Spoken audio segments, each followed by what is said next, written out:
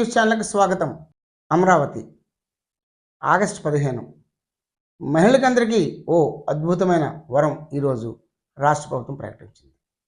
ఈ నేపథ్యంలో రాష్ట్రంలో ఉన్న ప్రముఖ నాయకులందరూ ఒకే బస్సులో ప్రయాణం చేయడం యాదృచ్ఛికం కాదు, ఒక అదృష్టం. ఈరోజు ఉచిత బస్సు ప్రయాణంలో ప్రారంభోత్సవ సందర్భంలో ముఖ్యమంత్రి చంద్రబాబు నాయుడు, ఉప ముఖ్యమంత్రి పవన్ కళ్యాణ్, ఐటీ మంత్రి నారా లోకేష్ మరియు ఆంధ్రప్రదేశ్ బీజేపీ అధ్యక్షుడు పివి మాధవ్ కలిసి ఒకే బస్సులో ప్రయాణించడం ఓ అద్భుతమైన ఘట్టంగా మనం చెప్పుకోవచ్చు. ఈ సందర్భంగా ముఖ్యమంత్రి చంద్రబాబు మహిళలతో మాట్లాడుతూ వారి దినచర్య మరియు ఇతర విషయాలను తెలుసుకున్నారు.